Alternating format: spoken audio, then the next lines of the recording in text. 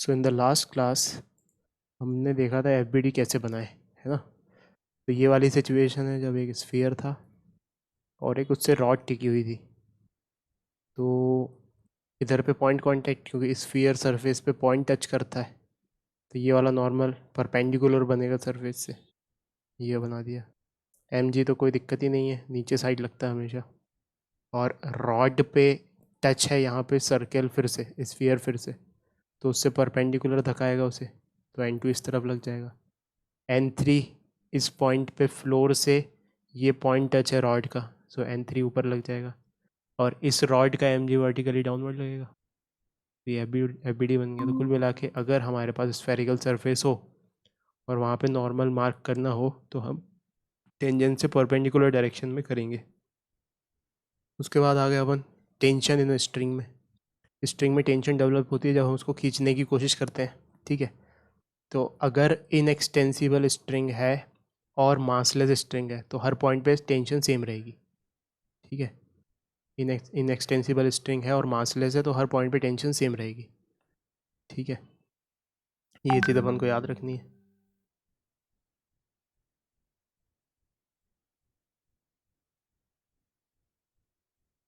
Just a second.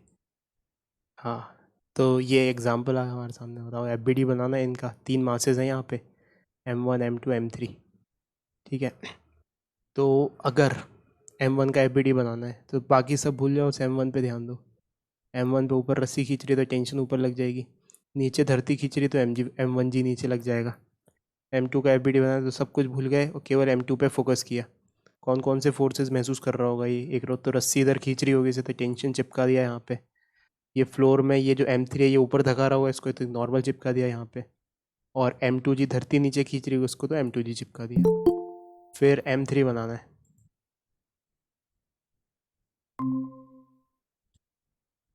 M3 का FBD बनाना है यहाँ पे। M3 के एफबीडी में ये जो पुली है ये इंसर्टेड है इस ब्लॉक के अंदर, तो इस पुली को इस ब्लॉक का ही पार्ट समझ के उस पर भी जो फोर्स लग रहे होंगे वो भी मेंशन किया, ठीक है। टेंशन इधर लग गया क्योंकि ये रस्सी ऐसी गई हुई है, दूसरा टेंशन इधर लग गया। अच्छा, ये दोनों टेंशन का मैग्नीट्यूड बराबर होगा क्योंकि स्ट्रिंग लाइट है और पुली फ्रिक्शनलेस है। पुली फ्रिक्शनलेस होती है तो दोनों तरफ टेंशन बराबर होता है। जो दूसरा ब्लॉक रखा हुआ ऊपर से धका रहा होगा इसको तो नॉर्मल लग गया यहाँ से, और धरती ऊपर से धका रही होगी इसे तो ये N2 लग गया यहाँ, और धरती खींच भी रही होगी ग्रेविटी से तो M3G नीचे लग गया, ठीक है। तो कभी भी ऐसी गलती नहीं करना है कि इसके मास को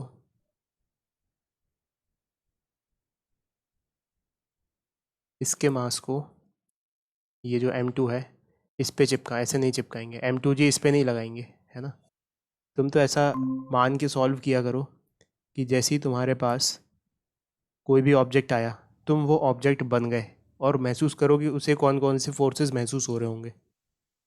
तो नॉर्मल रिएक्शन महसूस हो रहा होगा, जैसे अपन ने ये एग्जांपल देखा था कि मान लो तुम्हारे सर के ऊपर एक टेबल रखी है और टेबल पे एक आदमी खड़ा हो गया, तो तुम्हें इसका एक्चुअली वेट थोड़ी फील हो रहा है, तुम्हें तो धक्का लग रहा है इस टेबल की वजह से, जो प्रेसिंग हो रही है वो फोर्स महसूस हो रहा है। That means you are experiencing the normal reaction and not the weight of the person who is standing on that plank. तो एक इसका कॉन्ट्ररी एग्जाम्पल ले लिया कि मान लो सपोज ये टेबल होती और तुम्हारे सर से थोड़ी ऊपर होती, गैप होता है इसके बीच में, और नीचे ये कनेक्टेड होती कि नहीं दूसरे सपोर्ट से, और यहाँ पे 10 लोग प्लेटफॉर्म पे नाचने लगते, तो क्या तुम्हें उनका वेट फील होता? नहीं। तो अनटिल अनलेस जब तक नॉर्मल रिएक्शन फील नहीं हो रहा है तब तक तुम्हें कुछ फील नहीं होगा, ठीक है। तो ये चीज़ याद रखनी है, इस चीज़ को भूलना मत कि अगर पुली अटैच्ड हो किसी ब्लॉक से और हमें बोला जाए कि ब्लॉक का एफबीडी बनाओ तो पुली भी उसी का पार्ट मान के हम एफबीडी बनाएंगे। फिर देखा हमने Newton's first law of motion. Newton का पहला लॉ क्या कहता है, बचपन से पढ़ा है इसको 9th क्लास में, कि कोई भी ऑब्जेक्ट है चलता ही रहेगा या रुक जाएगा। या तो चलता ही रहेगा यूनिफॉर्म मोशन से, या रुका ही रहेगा। कब तक? जब तक कि कोई एक्सटर्नल फोर्स ना लग जाए उस पर। कहने का मतलब मैथमेटिकली अब कुछ कुछ चीज़ें सीख चुके हैं कि अगर कोई ऑब्जेक्ट रेस्ट पे है दैट मीन्स उसकी वेलोसिटी ज़ीरो है, और अगर कोई ऑब्जेक्ट यूनिफॉर्म मोशन में है तो उसकी वेलोसिटी कांस्टेंट है। इन दोनों ही केसेस को एक केस करस्पॉन्ड करता है, दैट इज़ एसेलरेशन ज़ीरो है। तो फर्स्ट लॉ को अपन ऐसे भी समझ सकते हैं कि अगर किसी ऑब्जेक्ट का एक्सीलरेशन 0 है, दैट मीन्स उस पर एफ एक्सटर्नल 0 लग रहा है, या इन अदर वर्ड्स किसी भी ऑब्जेक्ट का एक्सीलरेशन 0 रहेगा जब तक उस पर कोई एक्सटर्नल फोर्स नहीं लग जाता। ठीक है। अच्छा, ये केस हम तभी मान के कर रहे हैं, ये बात तभी कही गई जब मास कांस्टेंट हो, है ना। मास कांस्टेंट मान के किया गया है। अगर मास कांस्टेंट नहीं रहेगा किसी ऑब्जेक्ट का, जैसे रॉकेट, जब रॉकेट को ऊपर फेंकते हैं अपन, रॉकेट लॉन्चिंग होती है तो उससे फ्यूल इजेक्ट होता है। फ्यूल इजेक्ट होता है तो उस केस में उसका मास हल्का हो जाता है ऊपर जाते जाते। तो उस केस के लिए ये ट्रू नहीं है। उस केस के लिए अपन को फिर कुछ और देखना पड़ेगा जो अभी अपन देखेंगे। तो दिस इज़ ओनली ट्रू कि एक्सेलरेशन 0 रहेगा जब तक कि एक्सटर्नल फोर्स 0 ना, जब तक कि कोई एक्सटर्नल फोर्स ना लग जाए। ये तभी ट्रू है जब मास कांस्टेंट है, ये बात याद रखनी है। फिर आगे बढ़ जाते हैं। Newton second law of motion. Second law of motion का सिंपल मैथमेटिकल स्टेटमेंट है कि जो net external external force experience करता है कोई भी ऑब्जेक्ट या कोई भी पार्टिकल, वो उसके rate of change of momentum के प्रोपोर्शनल होता है। तो अगर इसको मैथमेटिक्स की भाषा में लिखा जाए, so F external is directly proportional to d p by d t. दोनों ही वेक्टर्स हैं यहाँ पे, है ना। एफ एक्सटर्नल भी वेक्टर है, मोमेंटम भी वेक्टर है। और जब प्रोपोर्शनलिटी का साइन हटाते हैं तो इक्वालिटी का साइन आता है और साथ में एक प्रोपोर्शनलिटी कांस्टेंट आता है। तो ये प्रोपोर्शनलिटी कांस्टेंट एक्सपेरिमेंट के थ्रू 1 आ जाता है। तो कुल मिला के हमें सेकेंड लॉ ऑफ मोशन केवल इतना याद रखना है, F external is equals to d p by d t. This is the second law of motion. अब मोमेंटम क्या होता है किसी भी ऑब्जेक्ट का? Mass into velocity, m v. So अगर डिफ्रेंशिएट करें इसको तो कैसे डिफ्रेंशिएट करेंगे? प्रोडक्ट रूल लगाना पड़ेगा। दो नंबर्स या दो वेरिएबल्स के प्रोडक्ट को डिफ्रेंशिएट करना है तो पहला एज इट इज़ लिखते हैं, फिर दूसरे का डिफ्रेंशिएशन करते हैं, फिर दूसरा एज इट इज़ लिखते हैं और पहले का डिफ्रेंशिएशन करते हैं। ठीक है। तो अगर यहाँ पे दो वेरिएबल्स हैं, मास और velocity, so this will be v d m by d t plus m d v by d t. उसके बाद अगर मास कांस्टेंट हो जाए, if mass of substance is constant. Mass of substance is constant का मतलब वक्त के साथ मास चेंज नहीं हो रहा है। जैसे रोज़मर्रा की ज़िंदगी में ऐसा ही होता है कि तुम्हारे सामने जो भी ऑब्जेक्ट्स रखे हुए हैं उनका मास तो चेंज नहीं हो जाता, है ना। टूथपेस्ट में ज़रूर उसका मास चेंज हो जाता है, टूथपेस्ट में से पेस्ट निकल जाता है। जब साबुन नहाते हो, साबुन घुल जाती है, उसका मास बह जाता है तो वो मास चेंज हो जाता है ना। तो लेकिन बहुत सारे ऐसे ऑब्जेक्ट जो चल रहे हैं, जैसे गाड़ी चल रही है, उसका मास कंसिडरेबली चेंज नहीं होता। तुम कहोगे पेट्रोल तोड़ जाता है, पेट्रोल निकल जाता है तो मास चेंज हो जाता है। टेक्निकली तुम्हारी बात सही है, लेकिन जनरली मास चेंज नहीं होता ऑब्जेक्ट्स का। तो ऐसी सिचुएशन में मास का डिफरेंशिएशन क्या होगा? अगर m कांस्टेंट है तो कांस्टेंट का डिफरेंशिएशन 0 होता है। ठीक है। सो एफ एक्सटर्नल को क्या लिख सकते हैं ऐसे केसेस में? M d v by d t. D v by d t is nothing but acceleration. So second law of motion इस फॉर्म में रिड्यूस हो गया, F is equals to M a. F external is equals to M a and this case is only valid when mass of the object is constant. बार बार मैं तुम्हें stress दे के कह रहा हूँ कि मास कांस्टेंट है तभी ये इक्वेशन यूज़ कर सकते हैं। तो ये इसलिए मैं कह रहा हूँ, क्यों कह रहा हूँ? क्योंकि मेरा कोई वो है, प्रोटेस्ट कर रहा हूँ कि मैं कुछ नहीं, मैं ये गलती मत करना कभी कि मास चेंज हो रहा हो तुमने ये इक्वेशन धमक दी। ठीक है, ये गलती नहीं होनी चाहिए। मास कांस्टेंट अगर है तभी ये इक्वेशन लगा सकते हैं। अच्छा, clearly it is an vector equation and it can be applied in independently mutually perpendicular direction. तो ऐसी सिचुएशन जहाँ पर हमें रिजॉल्व करना पड़ जाए फोर्सेस को, तो हम म्यूचुअली परपेंडिकुलर एक्सिस में लगा सकते हैं उन्हें। इसके बेसिस पे कुछ कुछ क्वेश्चन कर लिए। जैसे ये ऑब्जेक्ट रखा हुआ है इक्विलिब्रियम पे किसी फ्लोर पे, और पूछा जाए कि बताओ कि भाई नॉर्मल रिएक्शन कितना लग रहा होगा, तो हमने केवल इस ब्लॉक का एफ बनाया। ब्लॉक के एफ बनाने के लिए सारे फोर्सेस मार्क कर दिए उस पर। एम जी नीचे लग रहा है और नॉर्मल रिएक्शन ऊपर लग रहा है, और क्योंकि ये इक्विलिब्रियम में है फोर्सेस बैलेंस आउट हो रहे होंगे, नेट फोर्स 0 हो रहा होगा। इसका क्या मतलब है? एम जी नॉर्मल को बैलेंस कर रहा होगा, तो लिख दिया यहाँ पे। तो इस पर्टिकुलर केस में नॉर्मल की कितनी वैल्यू हो गई? एम जी के बराबर। दूसरा केस आ गया हमारे सामने, कि नॉर्मल फाइंड करना है ईच पॉइंट ऑफ कांटेक्ट पे। फ्लोर के ऊपर 20 kg का ब्लॉक रखा है, 20 kg के ऊपर 10 kg का ब्लॉक रखा हुआ है। सो 1 बाय 1 हमने एफ बनाना शुरू किया। 10 किलो का एफ बनाया। 10 किलो के लिए 10G नीचे लग रहा होगा ग्रेविटेशनल पुल, और 20 kg और 10 kg के बीच में एक सरफेस है, वो सरफेस नॉर्मल रिएक्शन लगा रहा होगा ऊपर। और क्योंकि ये 10 kg वाला ब्लॉक इक्विलिब्रियम में है, इसका मतलब ये दोनों फोर्सेस बैलेंस आउट हो रहे होंगे। सो नॉर्मल रिएक्शन कितना आ गया यहाँ से, 100 न्यूटन। ठीक है, अब 20 kg का ब्लॉक बनाया, तो ये जो नॉर्मल रिएक्शन ऊपर लग रहा था 10 kg वाले पे, उसका रिएक्शन पेयर नीचे लगेगा 20 किलो पे, तो डेट इज 100 न्यूटन ऊपर से धक्का दे रहा है इसको, ब्लॉक को, ये वाला। सिमिलरली नीचे सरफेस भी इसको धक्का दे रहा होगा, तो उसको N2 बोल दिया कुछ। और 20 kg पर ग्रेविटेशनल पुल लग रहा होगा 20G के बराबर mg। और ये सारे फोर्सेस बैलेंस आउट होने चाहिए, मतलब नीचे वाले फोर्सेस कौन कौन है, 100 and 20G। So 100 and 20G को बैलेंस कौन करेगा, N2। So N2 is equals to 300 newton. तो इस तरीके से हमने लिख दिया, यहाँ पे दोनों आंसर आ गए। ये एक इंटरेस्टिंग सा क्वेश्चन कर लिया था कि दो ब्लॉक एडजस्टमेंट में रखे हुए हैं टेबल पे, बताओ इनके बीच में नॉर्मल रिएक्शन कितना लगेगा। तो हमने एक सांस में आंसर दिया 0। एडजस्टेंट अगर कोई ऑब्जेक्ट्स रखे हुए हैं तो एक दूसरे को प्रेस थोड़ी कर रहे होंगे, तो कॉमन सेंस से 0 आंसर समझ में आ रहा है इसका। लेकिन मैथमेटिकली चीज़ सीख रहे हैं, टूलिंग सीख रहे हैं, तो टूलिंग वाइज भी देख लिया कि 10 kg का एफ बनाया। ठीक है, नॉर्मल एक धरती की तरफ से लग रहा होगा, उसको बोल दिया N1। धरती खींच भी रही होगी, उसको 10G बोल दिया। और लेट से अभी इस नॉर्मल की वैल्यू हमें पता नहीं कि 20 किलो वाला ब्लॉक इसको कितने से धक्का रहा होगा, तो उसको एक वेरिएबल N बोल दिया। अब म्यूचुअली परपेंडिकुलर डायरेक्शन देखे, तो इस वाई डायरेक्शन में तो फोर्सेस बैलेंस आउट हो रहे होंगे, तो 10G को बैलेंस कर दिया N1 ने, तो N1 की वैल्यू आ गई 100 न्यूटन। एक्स डायरेक्शन में देखने चले जब हम, तो N1 को बैलेंस करने के लिए कोई है ही नहीं। इसका मतलब क्या, इसका मतलब N खुद 0 होना पड़ेगा।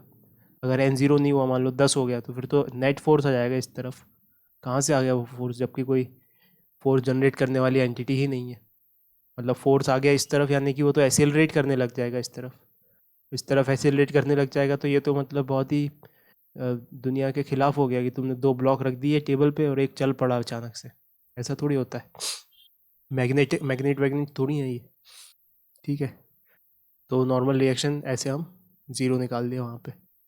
उसके बाद 10 किलो का ब्लॉक और 20 किलो का ब्लॉक सट के रखे हुए हैं कमरे के कोने पे। तो कमरे के कोने पे सट के रखे हुए हैं, और एक एक्सटर्नल फोर्स 100 न्यूटन का 37 डिग्री पे लग रहा है यहाँ पे। ठीक है, तो हमें सारे नॉर्मल रिएक्शंस निकालने हैं। ठीक है, तो इस 100 न्यूटन को सबसे पहले तो हमने रिजॉल्व कर लिया, 60 इधर और 80 इधर। ठीक है, 10 किलो पे लग रही है, 10 kg का एफ बना लिया। 10 kg पे जितने फोर्सेस लग रहे हैं मार्क कर लिए। mg लग रहा होगा, नॉर्मल फ्लोर दे रहा होगा इसको ऊपर साइड, साइड से ये प्रेसिंग दे रहा होगा 20 किलो वाला, तो ये नॉर्मल लग गया। अब म्यूचुअली परपेंडिकुलर डायरेक्शन देख लिए, एक ये और एक ये। तो इस वाले डायरेक्शन में, वाई वाले डायरेक्शन में फोर्सेस बैलेंस आउट होने चाहिए। नीचे कौन कौन लग रहा है, 60 न्यूटन और 100 न्यूटन, तो N2 की वैल्यू हो गई 160 न्यूटन। सिमिलरली 80 न्यूटन कौन बैलेंस करेगा, N1, तो N1 की वैल्यू हो गई 80 न्यूटन। सिमिलरली 20 किलो का ब्लॉक बनाया, नॉर्मल रिएक्शन जो 10 किलो से लग रहा है, वो इसका नॉर्मल रिएक्शन का रिएक्शन पेयर होगा, तो 80 न्यूटन इस तरफ चिपका दिया। दीवार धक्का दे रही होगी, इसको कुछ N4 बोल दिया। फ्लोर धक्का दे रहा होगा इसको ऊपर साइड, उसको N3 बोल दिया। नीचे ग्रेविटी पुल कर रही होगी, इसको 20G होता है वो। तो क्लियरली 2 म्यूचुअली परपेंडिकुलर डायरेक्शन है यहाँ पे, y और x। तो 20G को कौन बैलेंस कर रहा होगा, N3। So 20G is equal to N3। 20G की वैल्यू 10, तो N3 is equal to 200 newton. And similarly 80 newton को N4 बैलेंस कर रहा होगा, so N4 is equal to 80 newton. तो ये बात बन गई यहाँ पे। फिर आ गए हम कि यार एक ब्लॉक लटका हुआ है 2 रस्सियों की मदद से। यहाँ से एक रस्सी लटकी है, यहाँ से दूसरी रस्सी लटकी है दीवार से, और ये ब्लॉक इक्विलिब्रियम में है। ठीक है, ये एंगल बना रही है अल्फ़ा, ये एंगल बना रही है बीटा। तो हमें बताना है कि बताओ टेंशन क्या है दोनों ही स्ट्रिंग्स में। ठीक है, दोनों ही स्ट्रिंग्स मासलेस हैं और इनएक्सटेंसिबल है। तो ये डेटा देने का क्या मतलब है कि हर पॉइंट पे टेंशन सेम होगी। लेकिन स्ट्रिंग तो अलग अलग है, तो इसमें टेंशन T1 माननी पड़ेगी, दूसरी वाली में टेंशन T2 माननी पड़ेगी। तो हमने यहाँ पे मार्क कर दिए सारे फोर्सेस, एक ये T2 लग रहा है ब्लॉक पे, एक T1 लग रहा है और mg नीचे लग रहा है। ठीक है, दो म्यूचुअली परपेंडिकुलर डायरेक्शन असाइन कर लिए, एक ये डायरेक्शन, एक ये डायरेक्शन। तो mg तो हमारे म्यूचुअली परपेंडिकुलर डायरेक्शन वाले एक्सिस सिस्टम में आ गया, लेकिन T2 और T1 नहीं आया। तो T1 और T2 को रिजॉल्व करना पड़ेगा। ये एंगल अल्फ़ा है तो ये वाला कितना होगा T1 कॉस अल्फ़ा, ये वाला एंगल अल्फ़ा है तो ये होगा T1 sine alpha. Similarly T2 को रिजॉल्व कर लिया, T2 cos alpha and T2 sign beta. अब हमारे म्यूचुअली परपेंडिकुलर डायरेक्शन में अगर सिचुएशन देखी तो इक्विवेलेंटली कुछ ऐसी सिचुएशन हो गई।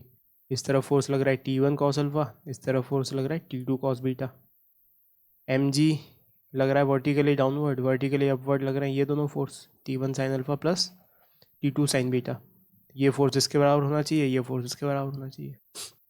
ये फोर्सेस बैलेंस कर दिए हमने।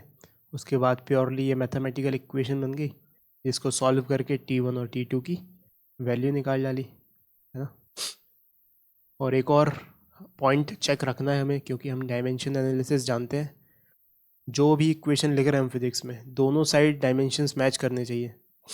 तो अगर डायमेंशन मैच नहीं कर रहे हैं, इसका मतलब कुछ कैलकुलेशन मिस्टेक करी होगी, या तो मतलब क्वेश्चन ही गलत है ना। डायमेंशनली तो मैच होना ही चाहिए। तो जैसे यहाँ पे टेंशन का क्या है डायमेंशन, फोर्स का डायमेंशन। यहाँ पे राइट हैंड साइड mg का डायमेंशन इस फोर्स का dimension. Cos alpha sine alpha plus beta इनका कोई डायमेंशन नहीं होता, है ना। साइन थीटा साइन अल्फ़ा ये प्योरली एक एल्जेब्रिक नंबर होते हैं, इनका कोई डायमेंशन नहीं होता। तो कोई दिक्कत नहीं है, mg का डायमेंशन फोर्स का डायमेंशन है, यहाँ से अपन को समझ में आ गया। फिर ऐसी एक और सिचुएशन कर ली कि एक ब्लॉक लटका हुआ है और यहाँ पे दीवार का कोना है, मतलब छत का एक कोना है। तो 3 रस्सियाँ यूज हुई हैं इसको इक्विलिब्रियम में रखने के लिए, एक ऐसी और एक ऐसी। ये वाला एंगल 30 डिग्री है। तो बस वही कहानी फिर एक बार, T1 T2 T3 के लिए म्यूचुअली परपेंडिकुलर डायरेक्शन लिया। सो T3 और T1 तो ऑलरेडी म्यूचुअली परपेंडिकुलर डायरेक्शन में थे, T2 को रिजॉल्व करना था बस, तो T2 को रिजॉल्व कर लिया। T1 की वैल्यू 100 न्यूटन कैसे आ गई, T1 की वैल्यू 100 न्यूटन आ गई कि M1 का ब्लॉक, ये जो ब्लॉक था उसका FBD बना लिया। तो T1 ऊपर और mg नीचे, तो यहाँ से T1 की वैल्यू 100 न्यूटन आ गई। तो यहाँ पे T1 की जगह 100 न्यूटन मार्क कर दिया, ऊपर नीचे और आगे आजू बाजू वाले फोर्सेस बैलेंस कर दिए, आंसर आ गया। ठीक है, ये होमवर्क था फिर लास्ट क्लास का। अब आ जाते हैं अपन एक नई चीज़ सीखने के लिए। तो मैं तुम्हारा इधर ध्यान आकर्षित करना चाहूँगा। सबसे पहले तो मुझे तुम ये बताओ कि मान लो एक प्लेटफॉर्म है जो दीवार के अंदर ही घुसा हुआ है, ठीक है, और ये हैंग हो रहा है यहाँ पे। तो स्विमिंग पूल में नहीं होता जैसे कि यहाँ से खड़े होके हम जंप लगाते हैं, वैसा कुछ कैंटिलीवर टाइप। तो अब इमेजिन करो कि एक आदमी खड़ा है इस पोजीशन पे यहाँ पे, ठीक है, और दूसरा आदमी एक सिचुएशन में यहाँ पे खड़ा है ना। दोनों अलग अलग टाइम, मतलब एक ही आदमी है, पहली बार यहाँ खड़ा है, ये दूसरी बार यहाँ खड़ा है। तो तुम मुझे अपने इंट्यूशन से बताओ कि इस प्लैंक को टूटने का खतरा ज़्यादा कब है, इस पोजीशन पे आदमी खड़ा है तब, या इस पोजीशन पे आदमी खड़ा है तब। सर जब 1 पे खड़ा है। क्यों ऐसा, मतलब तुम अपनी भावनाएं डिस्क्राइब करो, क्यों कहा तुमने ऐसा। सर मतलब क्या सही बोलते सही हैं है, बिल्कुल सर। इंट्यूशन, सभी यही सोच रहे होंगे कि हाँ बिल्कुल सही बात है, 1 पे खड़ा है तभी टूटने का खतरा ज़्यादा है, लेकिन ऐसा तुमने क्यों कहा, बताओ ज़रा। सर क्योंकि सर वो लीवर की तरह एक्ट करेगा, हाँ बिल्कुल। तो फोर्स ज्यादा हो जाएगा उससे, तो ठीक है। टूटने का खतरा खतरा हम्म, ज्यादा हो जाएगा। तो बिल्कुल एकदम तुमने सही बात पकड़ी। तो एक्चुअली में अगर देखा जाए तो मान लो सपोज़ ये आदमी का मास m है, तो वेट कितना होगा, mg ही वेट होगा। तो दोनों पोजीशन अपन ने देखी यहाँ पे कि एक पोजीशन पे यहाँ कोने पे mg लग रहा है ना। नॉर्मल रिएक्शन mg के बराबर ही हो जाएगा अगर अपन FBD बनाएंगे तो। और यहाँ पे नॉर्मल रिएक्शन ले रहा है, वो भी mg लग रहा है। तो पहली सिचुएशन में भी उतना ही फोर्स लग रहा है, दूसरी सिचुएशन में भी उतना ही फोर्स लग रहा है, लेकिन दोनों का इम्पैक्ट अलग अलग है। ये बात समझ में आ रही है? क्यों? क्योंकि पोजीशन ऑफ फोर्स मैटर कि कहाँ पे लग रहा है ऐसी सिचुएशन में। अब मैं दूसरा एग्जांपल लेता हूँ। तुम्हारे सामने कोई गेट है, तो गेट पे फोकस करो। ये मैंने गेट बना दिया, ठीक है। ये इसकी एक्सिस है, इस एक्सिस के अबाउट ये घूमता है, ठीक है, ऐसे घूमता है ये। यहाँ पे ऐसे वो लगे हुए हैं इसके, समझ गए? क्या बोलते हैं उसे, जो भी बोलते हैं। और इस तरफ एल ड्रॉप लगा हुआ है या हैंडल लगा हुआ है। इतने सारे हैंडल नहीं, एक ही हैंडल होगा। सो मान लो यहाँ पे हैंडल लगा हुआ है। इमेजिन करो कि हैंडल यहाँ ना लगा के यहाँ लगा देते, और तुम्हें खींचना पड़ता, इस डोर को खोलना पड़ता, बंद करना पड़ता, तो पहली पोजीशन पे ज़्यादा तकलीफ महसूस होती या दूसरी पोजीशन पे?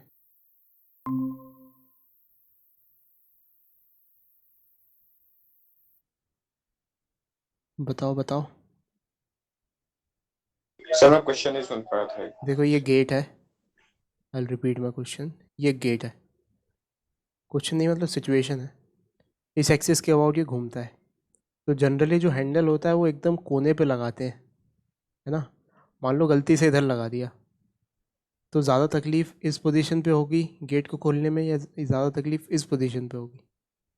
सर 2 पे होगी। दो पे होगी, ऐसा क्यों? क्योंकि सर हाँ हम्म, क्योंकि सर क्योंकि अरे हम्म, यहाँ पे हुआ था सर। हाँ नहीं तुम बोलो। सर क्योंकि वो सर सेंटर के पास ज्यादा आ जाता है, इसलिए ज्यादा चाहे फोर्स लगानी इसको पड़ती है। ऐसे समझ सकते हैं कि यार जितना ज़्यादा दूर फोर्स अप्लाई करेंगे उतना ज़्यादा इजी इफेक्ट क्रिएट होगा, है ना। अच्छा एक और एग्जांपल। मान लो सपोज टॉप व्यू बना रहा हूँ मैं, एक top view of a gate. इस पॉइंट के अबाउट ये गेट घूम रहा है, ठीक है। तो अगर कोई यहाँ पे फोर्स लगाए, लेट्स से 100 न्यूटन का, और दूसरी सिचुएशन में सेम फोर्स यहाँ पे लगाए 100 न्यूटन का, तो ज़्यादा तेज़ी से गेट कहाँ घूमेगा, इस वाली सिचुएशन में या इस वाली सिचुएशन में? सर फर्स्ट में। फर्स्ट में, है ना। तो इन तीनों एग्जाम्पल से अपन एक चीज़ समझ में आ रही है कि भाई फोर्स कितना लगा रहे हो तुम, उससे मतलब नहीं है, फोर्स फोर्स कहाँ लगा रहे हो इससे भी मतलब है। तो ये केस हम समझते हैं कि भाई जब फोर्स की पोजीशन मैटर करने लग जाए, तो इसका मतलब कि टॉर्क जनरेट करता है फोर्स। सो टॉर्क को पढ़ते हैं अब अपन। ये समझ में आ जाएगा तुम्हें, इस चीज़ को ध्यान में रखोगे तो। सो व्हाट इज टॉर्क, या इसको दूसरी भाषा में मोमेंट ऑफ फोर्स भी बोलते हैं। तो वैसे तो ये अपन रिजिड बॉडी डायनामिक्स में बहुत डिटेल में पढ़ेंगे, लेकिन अभी थोड़ा सा यूज़ है इसका, इसलिए उसको पढ़ लेते हैं। तो सबसे पहला पॉइंट लिखो इसमें, the general name, the general name given given to any turning effect, to any turning effect is called torque, ठीक है। तो टर्निंग इफेक्ट जहाँ पे भी जनरेट होता है उसको बोलते हैं अपन टॉर्क। अच्छा, इसका मैग्नीट्यूड कैसे, किन किन चीज़ों पर डिपेंड करता है? इसका मैग्नीट्यूड डिपेंड करता है कि हमने कितना फोर्स लगाया और कहाँ पे फोर्स लगाया, ठीक है। So its magnitude is dependent on magnitude of force and position of force, ठीक है। अच्छा, टॉर्क को हम सिंबलाइज करते हैं ग्रीक लेटर टाउ से। This is called tau, it is a Greek letter जिसका प्रोनाउंसिएशन होता है टाउ,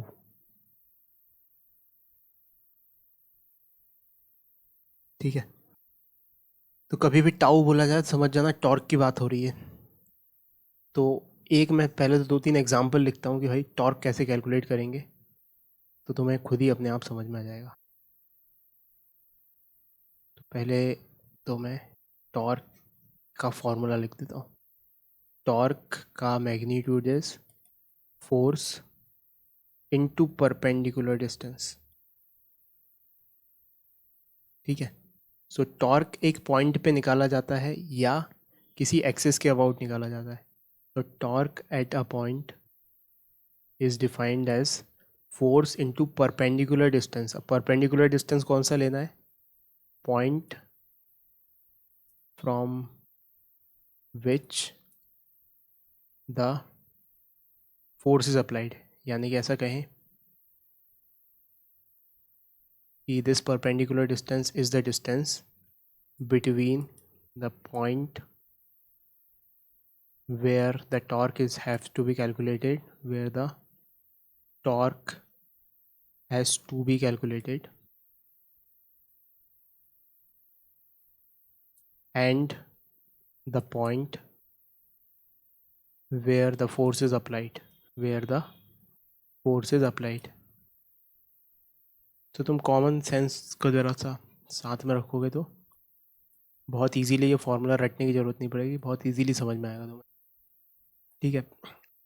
अच्छा, सो पहला एग्जांपल लेते हैं कि लेट्स से यहाँ पे एक हिंज है। हिंज मतलब कि ये गोल गोल घूम सकती है रॉड इसके अबाउट, और यहाँ पे हमने एक फोर्स लगाया, कितना? 20 न्यूटन का, और ये दूरी है यहाँ से 1.5 मीटर। ठीक है। और हमसे पूछा गया बताओ पी पॉइंट के अबाउट टॉर्क क्या होगा। So torque at about point P is equals to force. Force कितना है? 20 न्यूटन इनटू परपेंडिकुलर डिस्टेंस। तो फोर्स से परपेंडिकुलर डिस्टेंस लेना है। तो फोर्स का लाइन ऑफ एक्शन क्या है? फोर्स का लाइन ऑफ एक्शन है ये, उससे परपेंडिकुलर डिस्टेंस क्या होगा? ये वाला। तो ये कितना आ गया आंसर यहाँ पे? 1.5। ठीक है। तो यानी कि सॉल्व करेंगे तो ये आ जाएगा 30, और यूनिट क्या आएगी? फोर्स की यूनिट मीटर, सॉरी फोर्स की यूनिट न्यूटन, और परपेंडिकुलर डिस्टेंस की unit metre. So unit of torque is newton metre. क्या ये चीज़ समझ में आई? हम तभी आगे बढ़ पाएंगे जब एक एक चीज़ समझ में आती जाएगी। हाँ सर। तो अगर ये चीज़ तुम्हें समझ में आई है तो अब मैं नेक्स्ट चीज़ तुम्हारे ऊपर ही डालना चाहूँगा, और गौर से देखने के लिए प्रोत्साहित करना चाहूँगा कि अब इसको देखो कि मान लो यही सिमिलर सिचुएशन है। ठीक है। और फोर्स लग रहा है यहाँ पे मान लो सपोज 100 न्यूटन, लेकिन ये ऐसा नहीं लग रहा रॉड से, ये लग रहा है 30 डिग्री पे, ये वाला एंगल 30 डिग्री है, और ये वाली डिस्टेंस है 2 मीटर। अब टॉर्क कैलकुलेट करना है हमें पी पॉइंट के अबाउट। तो फॉर्मूला क्या होता है टॉर्क का? टॉर्क का फॉर्मूला होता है फोर्स इनटू परपेंडिकुलर डिस्टेंस। ठीक है। तो अब परपेंडिकुलर डिस्टेंस लेना है, तो ये तो परपेंडिकुलर नहीं है ना? फोर्स तो इस डायरेक्शन में, उसको परपेंडिकुलर डिस्टेंस कैसे लेंगे? परपेंडिकुलर डिस्टेंस तो ये होगी। Are you watching closely? हाँ सर। फिर से एक बार, कोई जल्दी नहीं है ना। ये चीज़ मतलब एक बार तुम्हें समझ में आ गई ना, तो तुम्हारी ज़िंदगी इतनी आसान हो जाएगी कि मतलब बहुत ही आसान हो जाएगी। तो हम क्या लेते हैं? हम परपेंडिकुलर डिस्टेंस लेना चाहते हैं। तो यहाँ तो हमने सीधी लाइन खींची थी और वही परपेंडिकुलर निकल आया था, लेकिन यहाँ पे ऐसी सीधी लाइन खींची तो देखो फोर्स तो इस डायरेक्शन में, डिस्टेंस इस डायरेक्शन में, ये तो ये डिस्टेंस नहीं है, ये डिस्टेंस नहीं ले सकते। तो कौन सी डिस्टेंस लें? फोर्स को एक्सटेंड कर लेते हैं, परपेंडिकुलर डिस्टेंस ही मार्क करना है ना हमें तो। सो फोर्स को हम एक्सटेंड कर लेते हैं। तो कैसे एक्सटेंड किया? फोर्स को किया ऐसे एक्सटेंड, ये हो गया भाई। ठीक है। ये line of action of force है। डायग्राम अच्छा नहीं बन रहा है, लेकिन भावनाओं को समझो कि फोर्स के डायरेक्शन को हमने एक्सटेंड कर लिया। अब इस पॉइंट से परपेंडिकुलर डिस्टेंस क्या होगा फोर्स के लिए? ये वाला। तो ये वाला एंगल 30 डिग्री है, तो ये एंगल भी 30 डिग्री। हमारा आंसर ये है, दिस इज़ परपेंडिकुलर डिस्टेंस। तो आंसर है हमारा फोर्स लिखना है दैट इज़ 100, और ये वाली डिस्टेंस लिखनी है। लेकिन हमें तो ये पता है, कोई बात नहीं, पाइथागोरस ये अपना ट्रिग्नोमेट्री के रूल से ये बता ही देंगे अपन। तो ये 2 है अगर, तो ये 2 साइन थीटा है, तो दिस इज़ 1, है ना? लगा लो जितनी तुम्हें ट्रिग्नोमेट्री आती 10th क्लास की। साइन 30 डिग्री लिखोगे तो परपेंडिकुलर अपॉन हाइपोटेन्यूज लिखोगे। साइन 30 डिग्री 1 होता है, so 1 is equals to sorry sine 30 degree 1/2 होता है, सो 1/2 इज इक्वल्स टू 1/2 आना चाहिए, इसलिए ये 1। तो आंसर क्या होगा, torque about point P is 100 × 1, that is 100 newton metre. क्या ये बात समझ में आई? हाँ सर। तो बस एक क्वेश्चन ढंग से सॉल्व कर दो तो मैं समझ जाऊंगा कि तुम्हें समझ में आ गई।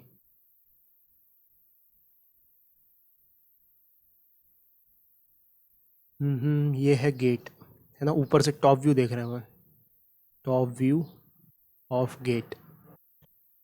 यहाँ पे हैंडल लगा हुआ है, तो एक बच्चे नहीं, एक बूढ़े ने फोर्स लगाया यहाँ पे ऐसा, और वो उसका मैग्नीट्यूड था 100 न्यूटन, ठीक है। और एक बच्चे ने, जो बच्चा है वो उसको रोकना चाहता है कि यार ये रुक जाए किसी तरीके से, ये मूव ना करे, तो उसने ऐसा फोर्स लगा दिया F, ठीक है।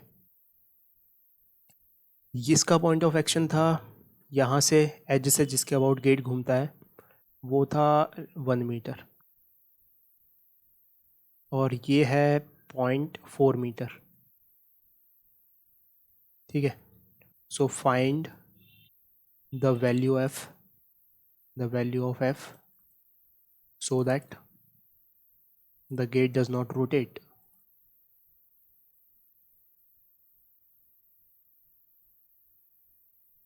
ना, तो सबसे पहले तुम्हें ये सिचुएशन तो समझ में आ रही है ना कि अगर ये F नहीं लगाता इस तरफ हाँ सर। तो ये घूम जाता। तो F ने लगा के ऐसा टेक लगा दिया। मतलब बचपन में लड़ते थे ना भाई बहन, कि वो एक तो गेट को बंद करने वाला है तो वो उधर से धक्का मार रहा है, तो एक दूसरा इधर से धक्का मार रही है तो गेट ना खुले। तो वैसा ही कुछ हो रहा है यहाँ पे। तो क्या किया जाए, नेट टॉर्क ज़ीरो होना चाहिए इस पॉइंट के अबाउट। इक्विलिब्रियम का क्या मतलब है कि अगर ये पॉइंट P है तो net torque about P must be zero, तभी तो टॉर्क हो गया मतलब कि घूम जाएगा। ये बात समझ में आ रही है? अगर टॉर्क हो गया तो घूमेगा, टॉर्क नहीं है तभी नहीं घूमेगा। So torque is equals to zero so that the door या गेट डज नॉट रोटेट।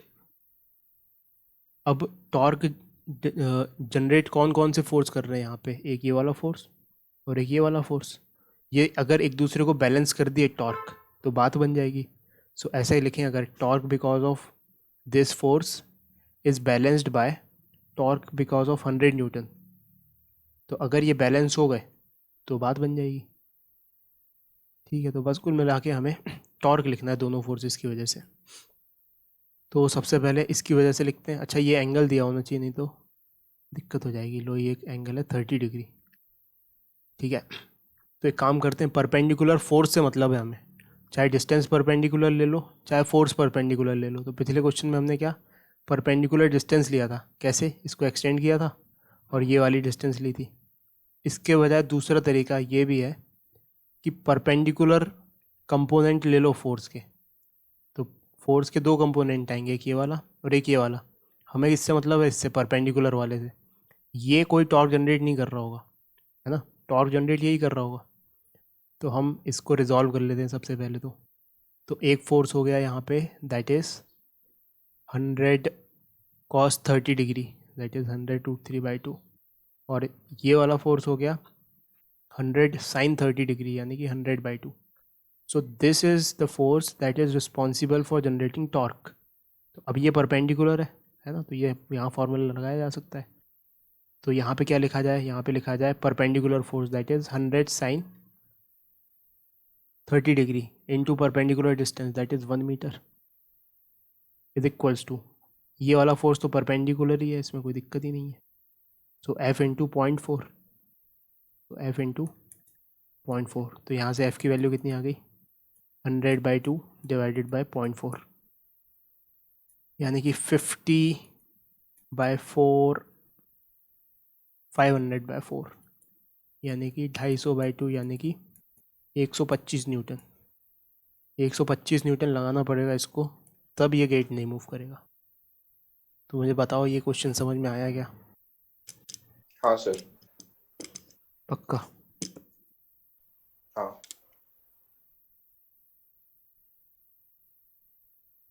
तो एक और क्वेश्चन कर लेते हैं। ABCD is a square.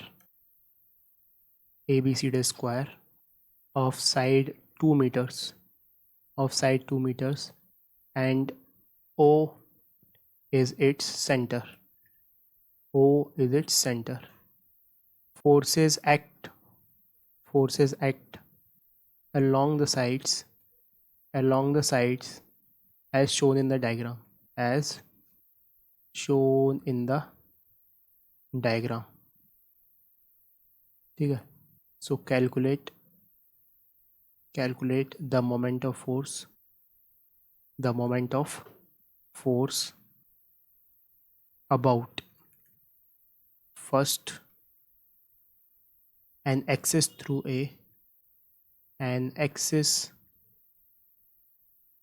A and perpendicular to the plane of a square.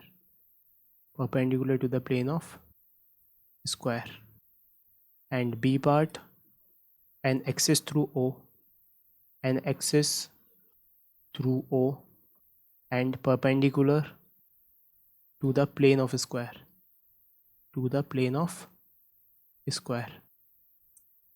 सबसे पहले तो ये क्वेश्चन नोट कर लो और डायग्राम बनाता हूँ मैं इसके साथ साथ। ये है अपना डायग्राम। ये स्क्वायर है ABCD, this is A, this is B, this is C and this is D। Forces कुछ इस तरीके से लग रहे हैं कि AB के अलॉन्ग 2 न्यूटन का फोर्स लग रहा है, BC के अलॉन्ग उल्टे डायरेक्शन में यानी कि CB के अलॉन्ग 5 न्यूटन का फोर्स लग रहा है, CD के अलॉन्ग 4 न्यूटन का फोर्स लग रहा है और AD के अलॉन्ग 3 न्यूटन का फोर्स लग रहा है।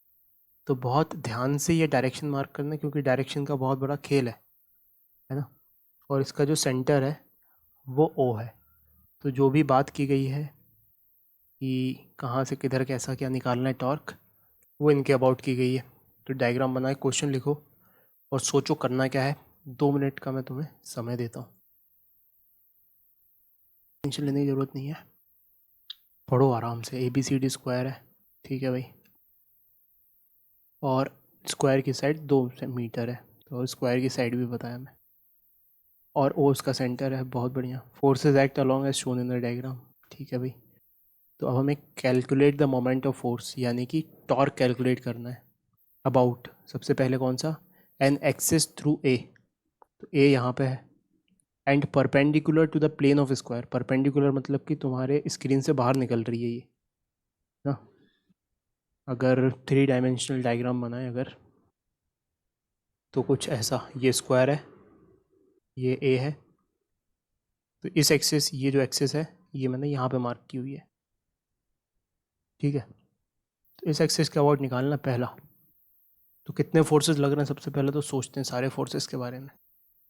एक फोर्स लग रहा है यहाँ T न्यूटन, ठीक है। तो इस T न्यूटन की वजह से एक टॉर्क आएगा। So torque about point A is because of 2 Newton, मतलब सारे फोर्सेस की वजह से 4 टॉर्क आएंगे, plus torque because of 5 newton, plus torque because of 4 Newton, and plus torque because of 3 Newton, है ना। और सब किस तरफ घुमा रहे होंगे A को, उस हिसाब से अपन वेक्टोरिकली प्लस या माइनस लिख लेते हैं। तो अब देखो, सबसे पहले तो इमेजिन करो कि अगर मान लो तुम्हारे पास ये एक पोल है, पोल मतलब खंबा, और तुमने उसको ऐसे ही खींचना शुरू कर दिया, तो क्या रोटेट होगा? नहीं होगा रोटेट। क्यों नहीं होगा? क्योंकि परपेंडिकुलर डिस्टेंस 0 है फोर्स का। इस सिचुएशन को ऐसे समझो कि मान लो सपोज ऐसे गेट लगा हुआ है यहाँ पे, और तुमने उठा के यहाँ पे ऐसे फोर्स लगाने लग गए, तो क्या ये गोल घूमेगा? ना, नहीं घूमेगा। गोल घुमाने के लिए तुम्हें कम से कम थोड़ा बहुत परपेंडिकुलर कंपोनेंट तो चाहिए, तभी गोल घूम सकता है ये। तो इस पॉइंट A के लिए ये वाला फोर्स 2 न्यूटन वाला और 3 न्यूटन वाला फोर्स तो कोई भी टॉर्क जनरेट नहीं करेंगे क्योंकि वो उसी से गुजर रहे हैं. So force because of 2 Newton and 3 Newton will be zero. क्या ये बात समझ में आई? आर यू वॉचिंग हाँ सर. क्लोजली? ठीक है, तो इसका मतलब केवल 5 न्यूटन और 4 न्यूटन की वजह से अपन को लिखना है टॉर्क. तो लिखते हैं. 5 न्यूटन इसको कैसा घुमा रहा होगा? केवल अभी ए पे फोकस करो और 5 न्यूटन पे फोकस करो. 5 न्यूटन यहाँ पे, 5 न्यूटन ऐसा लग रहा है. परपेंडिकुलर डिस्टेंस क्या है इससे? परपेंडिकुलर डिस्टेंस 2 मीटर है क्योंकि इसकी साइड 2 मीटर है. सो मैग्नीट्यूड तो 100% हम क्या लिखेंगे? मैग्नीट्यूड लिखेंगे 5 × 2. लेकिन कैसा घुमा रहा होगा ये? क्लॉकवाइज. क्लॉकवाइज इफेक्ट जनरेट कर रहा होगा तो इसको लिख दिया क्लॉकवाइज. ठीक है. सिमिलरली 4 न्यूटन वाला, 4 न्यूटन वाला केवल इस पे फोकस करो. 4 न्यूटन इधर है. कितनी दूरी पर है परपेंडिकुलर डिस्टेंस? 2 मीटर की दूरी पर. तो कितना लग रहा होगा? 4 × 2. 4 × 2. अब किस डायरेक्शन में देखते हैं. तो ये इसको कैसे घुमा रहा होगा? Anti clockwise. तो यानी कि एंटी क्लॉकवाइज. तो अगर हमने इसको पॉजिटिव माना है क्लॉकवाइज को, तो इसको नेगेटिव मानेंगे. So what will be the answer? 10 newton metre 5 × 2, 10 newton metre positive में और -4⁸ 8 न्यूटन मीटर नेगेटिव में. सो इफेक्टिवली कितना आ गया? 2 न्यूटन मीटर पॉजिटिव में. पॉजिटिव का क्या मतलब है कि this is in clockwise direction, क्योंकि क्लॉकवाइज को हमने पॉजिटिव माना था. तो ऐसे लिख देंगे इन क्लॉकवाइज डायरेक्शन. तो क्या ये बात समझ में आ रही है? 2.5 न्यूटन मीटर, 2 न्यूटन मीटर. हाँ सर. ठीक है. फिर बी वाले पे आ जाते हैं. बी में क्या सिचुएशन है? बी में दिया हुआ है an axis through O and perpendicular to the plane of square. यानी कि इसके अबाउट, इससे परपेंडिकुलर, यानी कि बीच में यहाँ से कहीं से एक्सिस गुजर रही है. तो अब सभी फोर्स कुछ ना कुछ दूरी पर है. कोई भी फोर्स इससे नहीं गुजर रहा तो सभी की वजह से आएगा. बस लिखते हैं आंसर. तो यहाँ पे हमने बना लिए सारे फोर्सेस. ये पॉइंट ओ है तो 1/1 टॉर्क लिखेंगे. ये वाला है 2 न्यूटन, ये वाला इस तरफ 5 न्यूटन, ये वाला इस तरफ 4 न्यूटन और ये वाला इधर साइड 3 न्यूटन. किस पॉइंट के अबाउट निकालना है? हमें निकालना है इस पॉइंट के अबाउट. तो सभी फोर्सेस की दूरी 1 मीटर है इस पॉइंट से. 1 metre 1 metre 1 metre 1 metre. So net torque जो होगा वो इन सभी टॉर्क के का वेक्टर सम आएगा. So torque because of 2 newton plus torque because of 5 newton plus torque because of 4 newton plus torque because of 3 newton. So 1/1 देखते हैं. ठीक है. 2 न्यूटन पे फोकस करते हैं सबसे पहले. सो 2 न्यूटन वाले फोर्स के लिए फोर्स का मैग्नीट्यूड 2 न्यूटन है और डिस्टेंस परपेंडिकुलर 1 न्यूटन है. सो 2 × 1 2 न्यूटन. और किस तरफ घुमा रहा है इस पोल को? ये इस पोल को घुमा रही है anti clockwise. So anti clockwise ऐसे बना दिया. ठीक है. फिर 5 न्यूटन वाले पे आ गए. 5 न्यूटन में मैग्नीट्यूड कितना है फोर्स का? 5 न्यूटन. डिस्टेंस कितना है जिस पॉइंट के अबाउट टॉर्क निकालना है? 1 मीटर. सो 5 × 1 1 मीटर. और ये कैसे घुमा रहा है उस पॉइंट को? ये घुमा रहा है इस डायरेक्शन में यानी कि क्लॉकवाइज. सो 5 × 1 क्लॉकवाइज. फिर आ गए 4 न्यूटन वाले पे. 4 न्यूटन का फोर्स इस तरफ लग रहा है. डिस्टेंस परपेंडिकुलर कितना है सेंटर से? 1 metre. So 4 × 1 is 4 metre, 4 newton metre. और किस डायरेक्शन में घुमा रहा है ये? 4 न्यूटन के नज़रिए से देखो इस पॉइंट को ये एंटी क्लॉकवाइज घुमा रहा है. So this would be anti clockwise. Plus 3 Newton वाले पे आ जाओ आप. 3 न्यूटन वाला किधर लग रहा है? ऊपर साइड. परपेंडिकुलर डिस्टेंस कितना है जिस पॉइंट पे टॉर्क निकालना है? 1 metre. So 3 × 1 is 3 newton metre.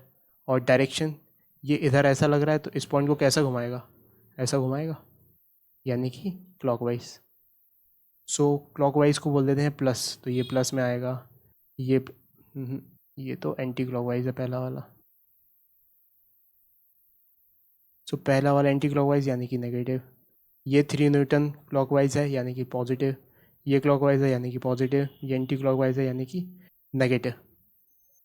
अच्छा, ऐसा कुछ नहीं है कि क्लॉकवाइज को ही पॉजिटिव बोलना है, एंटी क्लॉकवाइज को ही पॉजिटिव बोलना है, तुम्हारी जिसकी मर्जी उसको बोल सकते हो, वो तो कन्वेंशन फॉलो होना चाहिए उस क्वेश्चन के मुताबिक। तो आंसर आएगा, आंसर तो अपन क्लॉकवाइज या एंटी क्लॉकवाइज में लिखेंगे, माइनस प्लस तो लिखेंगे नहीं।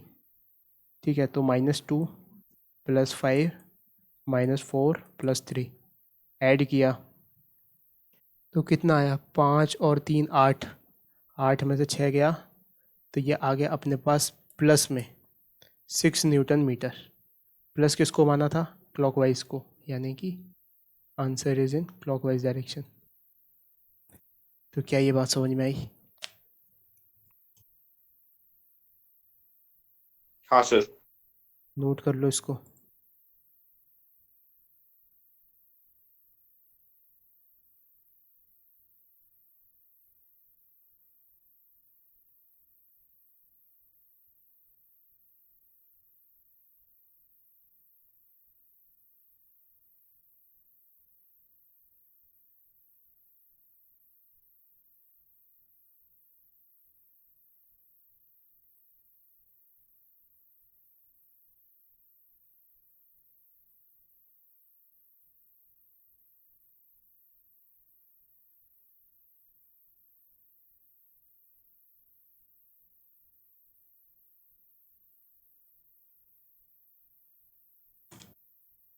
ठीक है, अब नेक्स्ट क्वेश्चन पे आ जाते हैं।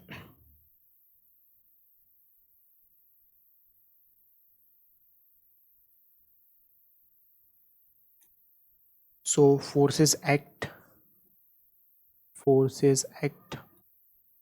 as indicated on a rod AB which is pivoted at A. So find the anti-clockwise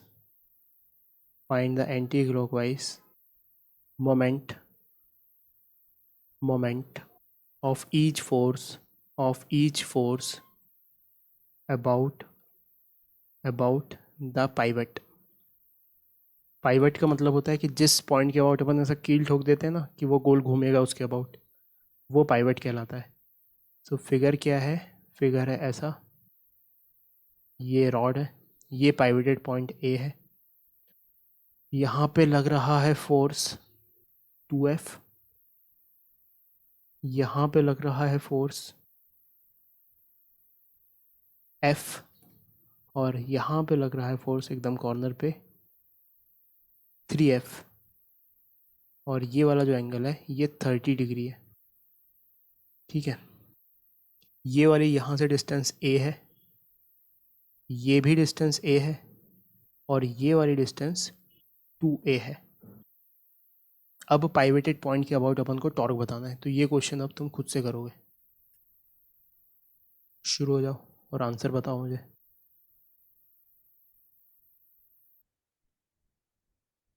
ठीक है, तो यहाँ पे इसको सॉल्व करना शुरू करते हैं। सबसे पहले तो देखते हैं, फोर्स ऐसे लग रहा है यहाँ पे रॉड पे।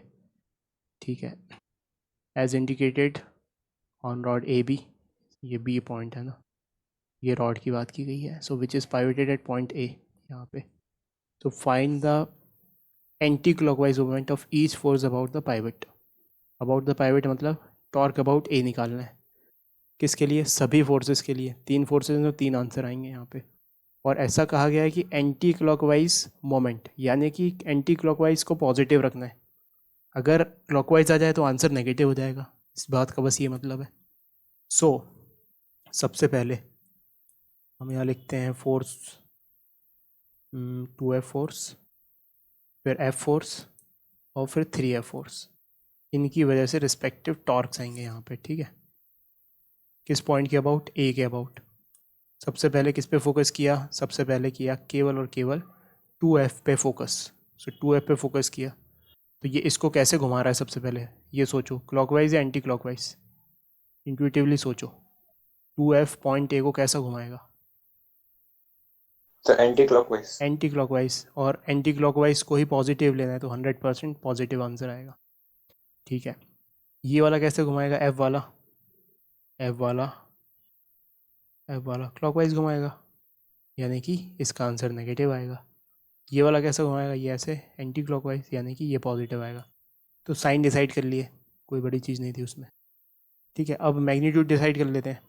सो 2f ए पॉइंट से कितनी दूरी पर लग रहा है, परपेंडिकुलर डिस्टेंस ए है, मैग्नीट्यूड 2f है। सो आंसर क्या होगा यहाँ पे, 2fa। ठीक है, f कितनी दूरी पर है, f है 2a की दूरी पर और परपेंडिकुलरली ही लग रहा है, तो आंसर क्या होगा 2a इंटू एफ, यानी कि ये दोनों एग्जैक्टली इक्वल एंड अपोजिट है।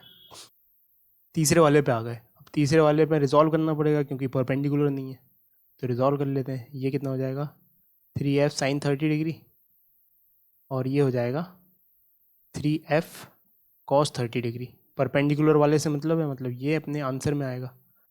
ये हो जाएगा 3f साइन 30 डिग्री, ये तो हो गया फोर्स परपेंडिकुलर वाला, और डिस्टेंस कितना लिखना है यहाँ से यहाँ तक, a plus 2a, so that is 4a। तो अच्छे से सॉल्व कर लिया इसको। साइन 30 डिग्री होता है 1/2, 1/2 से 4 कट गया तो ये 2 बचा, 2 3 ज़ा 6, तो ये हो गया 6fa। ये आंसर हो गए। क्या तुम्हारे भी यही आए थे? हाँ सर। Yes sir. ठीक है, अब एक और क्वेश्चन करते हैं।